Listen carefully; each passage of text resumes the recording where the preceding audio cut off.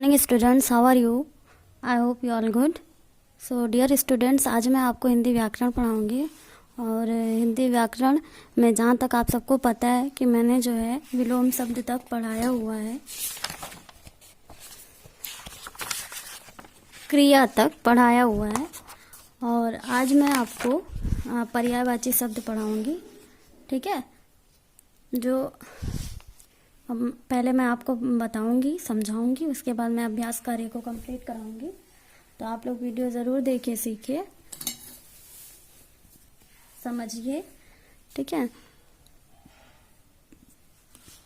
नीचे दिए गए चित्रों को ध्यानपूर्वक देखिए. जो चित्र दिए गए हैं उनको ध्यानपूर्वक देखिए और उसके बाद उसको पढ़ते हैं.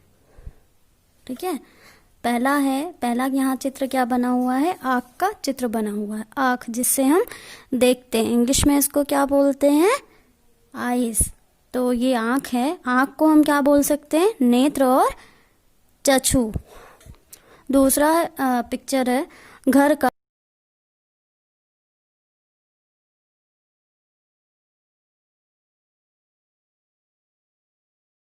जहाँ हम रहते हैं, जो हमारा घर है, उसको हम कई नाम से बुला सकते हैं. ये है आकाश. ठीक है, आकाश को भी हम क्या बुला सकते हैं? गगन बुला सकते हैं, नभ बुला सकते हैं. फ्लावर है, फूल है, तो इसको क्या बुलाएंगे? पुष्प और सुमन. तो ऊपर दिए गए चित्र के एक से अधिक नाम हैं जो समान अर्थ प्रदर्शित करते हैं.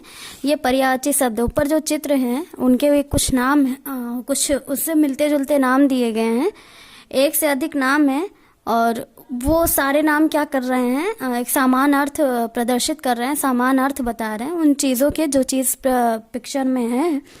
तो जैसे यहाँ पे आँख है, तो आँख को नेत्र और चक्षु दोनों बोला जा सकता है. घर है, घर को गृह सदन दोनों बोला जा सकता है. आकाश को गगन नभ दोनों बोला जा सकता है. और फूल को पुष्प और सुमन दोनों बोला जा सकता है. अब यहाँ पे अगर हम घर का चित्र बना के ग्रह लिख देंगे तो यहाँ गलत नहीं होगा, क्योंकि घर को हम ग्रह भी कह सकते हैं और सदन भी. पर्यायवाची का मतलब क्या? मिलते जुलते शब्द. तो लेकिन मिलते जुलते शब्द जरूर होते हैं, लेकिन उसका अर्थ भी समान निकलना चाहिए. ऐसा नहीं है कि मिलते जुलते शब्द निकल रहे हैं और अर्थ कुछ और है. तो अर्थ कुछ और रहेगा तो वो सही नहीं है. अर्थ भी हमें समान ही रखना है. तो अगर समान अर्थ वाले शब्द हैं तभी वो पर्यायवाची के सही शब्द हैं. तो इतना हमें ध्यान देना पड़ेगा, वरना यही नहीं है कि अगर सामान मिलते जुलते हमने एक शब्द से दूसरा शब्द देख लिया तो मतलब वो सही है. उसके लिए हमें ये ध्यान देना है कि उसका अर्थ जो है वो बराबर निकल रहा है, समान निकल रहा है, या फिर यूं ही केवल मिलते जुलते शब्द हैं. तो जो शब्द अलग अलग होने पर भी एक समान अर्थ दें, पर्यायवाची शब्द कहलाते हैं. अब पर्यायवाची शब्द क्या है? जो एक शब्द है उसके अलग अलग नाम हैं, लेकिन वो समान अर्थ बता रहे हैं, इसलिए वो पर्यायवाची शब्द हैं. कुछ अन्य पर्यायवाची शब्द आपके बुक में दिया गया. तो कुछ शब्द ऐसे हैं और समान अर्थ वाले शब्द भी हैं. तो शब्द अलग है, उसके बाद समान अर्थ वाले शब्द हैं. मतलब कि जो शब्द में लिखा गया है उसको हम और किस किस नाम से बुला सकते हैं, किस किस नाम से बोल सकते हैं. तो आपको पता होगा और आपने फर्स्ट क्लास में भी पढ़ा होगा कि अगर कोई चीज़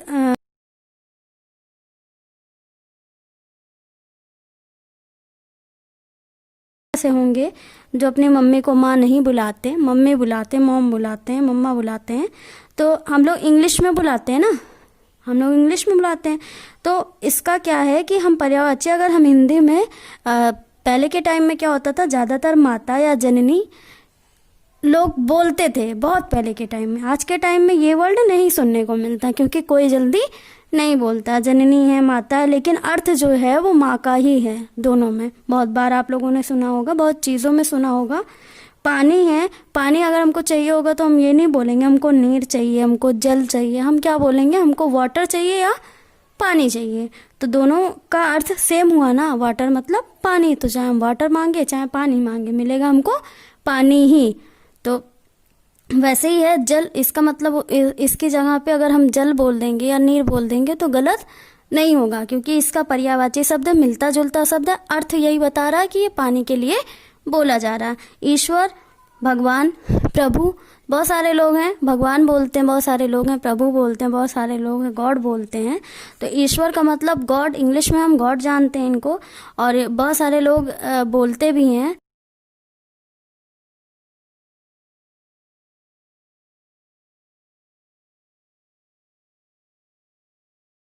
आती हैं जो है प्रभु और भगवान। राजा है, राजा को हम क्या बोल सकते हैं, नरेश बोल सकते हैं, नृप बोल सकते हैं। संसार है, विश्व है, और दुनिया, विश्व और दुनिया हम दोनों बोलेंगे तो संसार का मतलब होगा। फिर आते हैं आगे, आगे भी कुछ शब्द हैं, जैसे कमल है, कमल का समान अर्थ वाला शब्द है जलज और पंकज। दिन है, दिवस और वार। हवा, पवन और वायु। विद्यालय, स्कूल, पाठशाला। नदी, सरिता और तटनी। फिर है बाग, बगीचा, उपवन। गाय, गौधेनु। धरती, भूमिधरा। बादल, जलद नीरद। रात, निशा रजनी। पुत्र, बेटा सूत। पुत्री, बेटी सुता। और बंदर, वानर कपी। तो जो शब्द है उनमें से जो समान अर्थ वाले शब्द हैं, अर्थ सेम बताते हैं, बस शब्द अलग होता है, तो वही हमारे पर्यायवाची शब्द होते हैं। कि समान अर्थ हो भले ही शब्द अलग हो। कुछ शब्दों के एक से अधिक नाम होते हैं जिनका अर्थ समान होता है। अब एक उदाहरण ले लीजिए, मान लीजिए आपका घर का नाम कुछ और है और स्कूल का नाम कुछ और है, तो हम अगर स्कूल में आपको स्कूल के नाम से बुलाते हैं, घर में सब लोग घर के नाम से बुलाते हैं, तो क्या अगर घर का नाम अलग है, स्कूल का नाम अलग है, तो आप दो तरीके से तो नहीं होगे ना, आप हो एक ही, बस आपके नाम दो है ना, हैं तो आपके ही। तो वैसे ही हैं, जैसे हमारे दो नाम होते हैं लेकिन अर्थ एक ही होता है कि वो हमारे ही नाम है। जैसे एक इंसान के दो नाम, तीन नाम, चार नाम हो सकते हैं, लेकिन इसका ये मतलब नहीं है कि सबके अर्थ अलग अलग हों, सब नाम दूसरे के हों। एक लोगों के भी नाम हो सकते हैं, बस अर्थ उसका समान आ रहा है कि जिसके लिए बोला जा रहा है नाम उसी का है, बस वही है। समान अर्थ वाले शब्दों को पर्यायवाची शब्द कहते हैं। मिलते जुलते प्यार से जो शब्द हम सुनते या बोलते हैं उन्हें पर्यायवाची शब्द कहते हैं। आते हैं अभ्यास कार्य पर। पर्यायवाची शब्द किसे कहते हैं? अब देखिए सिंपल सा आंसर है, जो शब्द अलग अलग होने पर भी एक समान अर्थ दे, पर्यायवाची शब्द होता है। तो ये हमारा पहला आंसर है पर्यायवाची शब्द का। कि क्वेश्चन क्या है, पर्यायवाची शब्द क्या है? जो शब्द अलग अलग होने पर भी एक समान अर्थ दे वो पर्यायवाची कहलाते हैं। ठीक है। फिर है दूसरा है, निम्नलिखित शब्दों के पर्यायवाची शब्द बताइए। वर्षा, बंदर, धरती, नदी, धरती, पुत्र। तो निम्नलिखित वाक्य प्रयोग में मतलब शब्द के जो पर्यायवाची शब्द हैं वाक्य बुक में ही है। जैसे वर्षा का है और बंदर का है, बंदर का वही होगा कपी, और इसका हम आंसर आपको सेंड करेंगे लिख के। ओके, इस दोनों क्वेश्चन का आंसर। फिर आते सही विकल्प पर। कहाँ है सही विकल्प पर टिक लगाना है। पहला, जो शब्द अलग अलग होने पर भी एक सा अर्थ देते हैं वो क्या कहलाते हैं? वे पर्यायवाची शब्द कहलाते हैं। वही चैप्टर हम पढ़ रहे हैं। फिर दूसरा क्वेश्चन है, कौन सा शब्द हवा शब्द का पर्यायवाची? हवा शब्द का पर्यायवाची वायु है, क्योंकि हम हवा को वायु भी कह सकते हैं। तीसरा है, कौन सा शब्द फूल का पर्यायवाची है? तो फूल का पर्यायवाची यहाँ पे पुष्प है। चौथा है, राजा का पर्यायवाची शब्द क्या? राजा का पर्यायवाची शब्द है नरेश।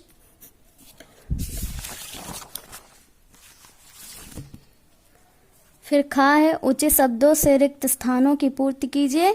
तो उचित शब्द इसमें भरना और रिक्त स्थान को पूरा करना। पहला है, धरती को भी कहा जाता है, धरती को धरा भी कहा जाता है, ये पहला है, यहाँ पे पहला वो है।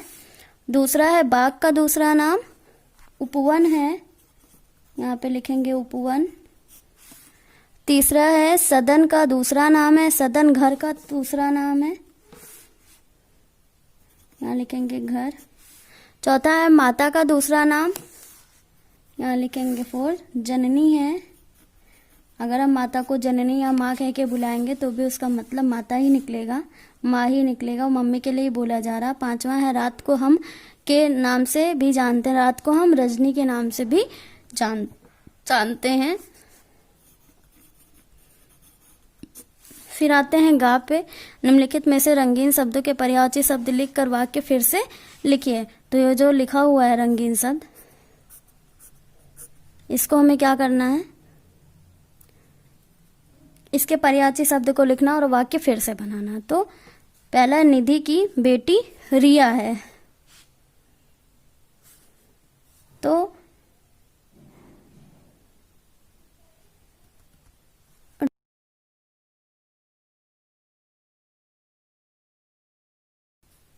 पुत्री, ठीक है, पुत्री भी लिख सकते हैं। क्या लिखेंगे, निधि की पुत्री रिया है। अब देखिए, पुत्री जो है वो बेटी का पर्यायवाची शब्द है, बेटी के लिए बोला जा रहा, पुत्री बिटिया कुछ भी लिख सकते हैं हम लोग। दूसरा है, आकाश में पक्षी उड़ रहे हैं। तो आकाश में, तो यहाँ हम लिख सकते हैं आकाश में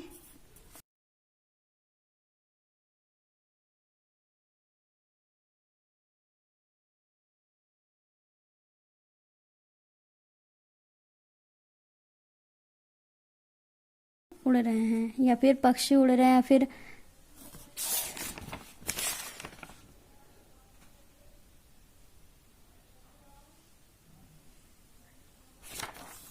आता है तीसरा, नदी में मछली तैरती है। लिख देंगे नदी, मतलब यहाँ लिख देंगे सरिता और तटनी, दोनों इसका पर्यायवाची शब्द है ना। तो सरिता में मछली तैरती है, यहाँ टटनी भी लिख देंगे तभी सही होगा। चौथा है, सूरज पूर्व दिशा से निकलता है। तो सूरज, सूरज का क्या है वो पर्यायवाची शब्द,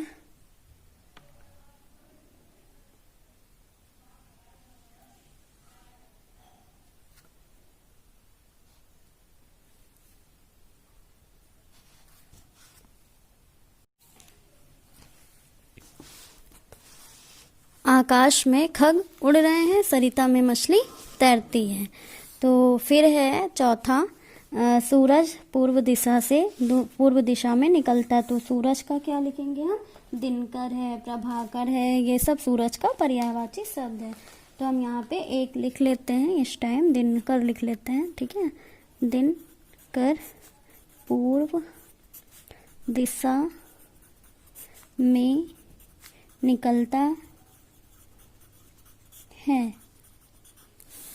पांचवा है, हम विद्यालय पढ़ने जाते हैं। तो हम विद्यालय को स्कूल भी बोलते हैं, विद्यालय को हम स्कूल लिखेंगे, और भी बहुत सारी चीज़ें बोली जाती हैं, है ना। तो मैं यहाँ एक ही लिखना है। अब मैं आपको अब एक चीज़ और बताना चाहती हूँ कि जो भी आपके पर्यायवाची शब्द हैं, और यहाँ पे मैंने लिखा, तो कहीं भी अगर आपके क्वेश्चन में आपके या फिर पढ़ने में कोई चीज़ें अगर फंसती हैं कि यहाँ पे अगर मान लीजिए नदी नहीं लिखी हो, सरिता या तटनी लिखा हो, सूरज ना लिखा हो, दिनकर प्रभाकर लिखा हो, विद्यालय ना लिखा हो, स्कूल लिखा हो, तो ऐसे बहुत सारे शब्द आते हैं। तो जब ये शब्द आए तो ये मत सोचिए कि इसका मतलब कुछ और है। जब आप इन सारी चीज़ों के पर्यायवाची अच्छे से पढ़ लेंगे, रट लेंगे, तो आपको प्रॉब्लम नहीं होगी। कोई भी चीज़ अगर अलग से आती भी है, मतलब अगर समझ में आ जाएगा आपको कोई भी चीज़ होगी। तो का है, दिए गए शब्दों के पर्यायवाची शब्द वर्ग पहेली में से ढूंढ कर लिखना। तो वर्ग पहेली ये है, इसमें से ढूंढ के हमें शब्द लिखने हैं। पहला है पेड़। तो पेड़ को हम क्या करेंगे, वृक्ष भी बोल सकते हैं। तो हम यहाँ पे वृक्ष ढूंढें और वृक्ष यहाँ पे हम लिख देंगे। दूसरा है आकाश। तो दूसरा है आकाश। अब आकाश में हम ढूंढते हैं आकाश को, और क्या बोल सकते हैं, आकाश को आसमान भी बोल सकते हैं, आसमान बोलेंगे। तो आसमान पे हम लगाएंगे, यहाँ लिखेंगे आसमान। तीसरा है राजा। तो राजा को नरेश भी बोला जाता है। तो नरेश का यहीं पे है जहाँ आसमान का हमने लगाया था, ये है नरेश, यहाँ लिख देंगे। चौथा है कमल। तो कमल को जलज भी बोला जाता है। ऊपर ही आपको मिल जाएगा। तो यहाँ लिखेंगे जलज। पांचवा है मछली। मछली को हम मीन भी बोलते हैं, है ना। मीन को क्या बोलते हैं? मछली। तो यहाँ मीन पे लगाएंगे और यहाँ लिखेंगे हम मीन। फिर है छठा जो है आग। तो आग को हम अग्नि बोलते हैं, यही बचा हुआ है, मतलब यही है। यहाँ लिख देंगे अग्नि। तो ये भी आपका पूरा हो गया और ये चैप्टर आपका पूरा हो गया है। तो आपको बस इसमें इतना जानना है कि कोई भी शब्द हो, अलग अलग होने के बाद भी वह अर्थ समान दे रहा है, अर्थ वह सही दे रहा है, तो पर्यायवाची शब्द है। चाहे वो किसी भी चीज़ का हो, 1 से 2 से 3 से 4 से 5 से, उसके नाम होते ही होते हैं। तो उसके नाम अगर अलग हम सुनते हैं तो इसका ये मतलब नहीं है कि उसका मतलब नहीं है कि उसी चीज़ के लिए बोला जाए। जैसे यहाँ पे अगर हम बात कर रहे हैं, हम कोई वाक्य बना रहे हैं, तो बोल रहे हैं कि मैंने नेत्र से देखा था, तो इसका ये मतलब नहीं कि आँख के मतलब कुछ और ही है। लोग आँख से देखते तो मैम नेत्र से कहाँ देखने लगी। तो नेत्र का मतलब ही आँख होता है, भले ही चीज़ अलग है, सामान अर्थ उसका है और उसका मतलब देखने का ही मतलब होता है, आँख का भी, और देखने का मतलब होता है नेत्र का भी। यहाँ पे आप अगर नयन भी आपको मिल जाए तो भी वो आँख के लिए बोला जा रहा है ना। नयन, नैना, इस तरीके से वर्ड भी आ जाए तो भी वो आँख के लिए बोला जा रहा। घर के लिए, घर के लिए हम इंग्लिश तो वर्ड जानते ही, हिंदी में भी उसमें जो है कई सारी चीज़ें ऐड रहती हैं पर्यायवाची शब्द में।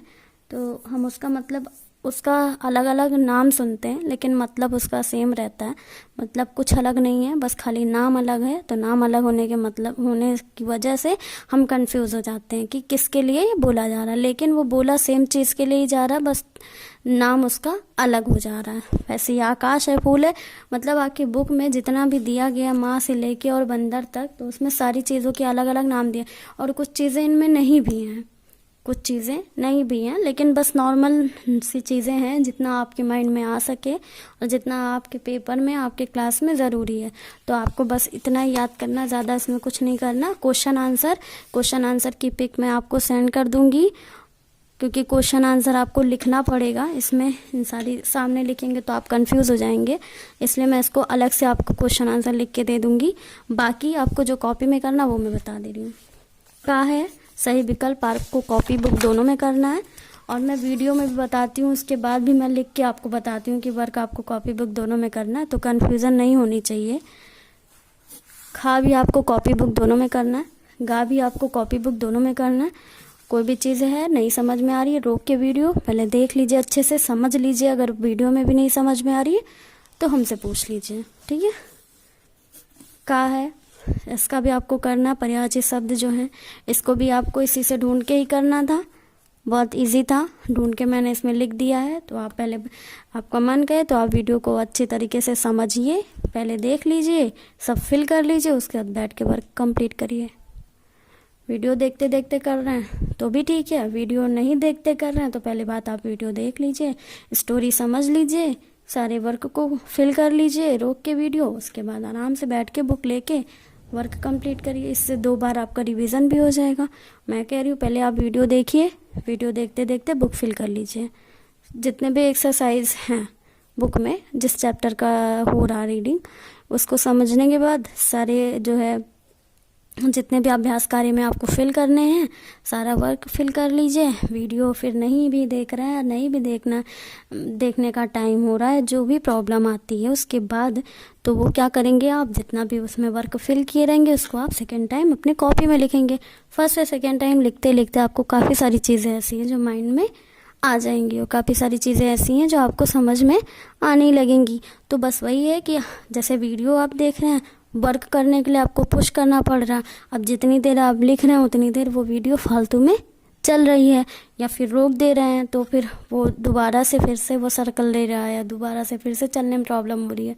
तो इससे अच्छा है कि आप पहले एक बार शांति से बैठ के वीडियो सुन लिया करिए, अच्छे से समझ लिया करिए, वर्क बुक में फिल कर लिया करिए, सारे अभ्यास के जितने भी अभ्यास कार्य हैं ये सारे वाले, तो इसको पहले कंप्लीट कर लीजिए। फिल कर लेंगे तो उसके बाद आपको केवल बुक लेके कंप्लीट करना रहेगा, वो सेकंड टाइम आपका रिवीजन भी हो जाएगा।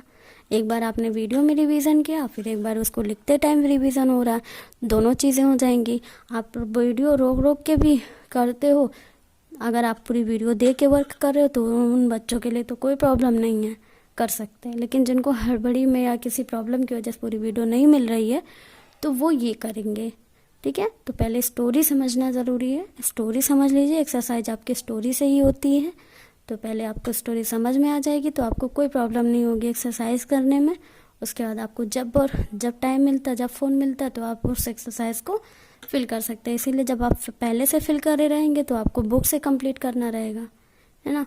जैसा भी आपको सही लगता है आप कर लीजिएगा। मेरा मतलब था बस आपका वर्क ना छूटे और आपको चीज़ें समझ में आई, बस इस वजह से मैंने आपको बोला कि जैसा भी आपको सही लगता है आप करिए, बस वर्क आपका होना चाहिए, क्योंकि आपको पता है पेपर फिर जो है स्टार्ट होने वाला है। तो इसके लिए हमारे प्रॉपर टाइम पे रिवीजन ज़रूरी है, इसलिए आप लोग पहले पूरा रिवीजन कर लीजिए। जैसा आपको ठीक लगता है उस हिसाब से आप वर्क करिए। तो today code is MPS chapter 11 पर्यायवाची शब्द।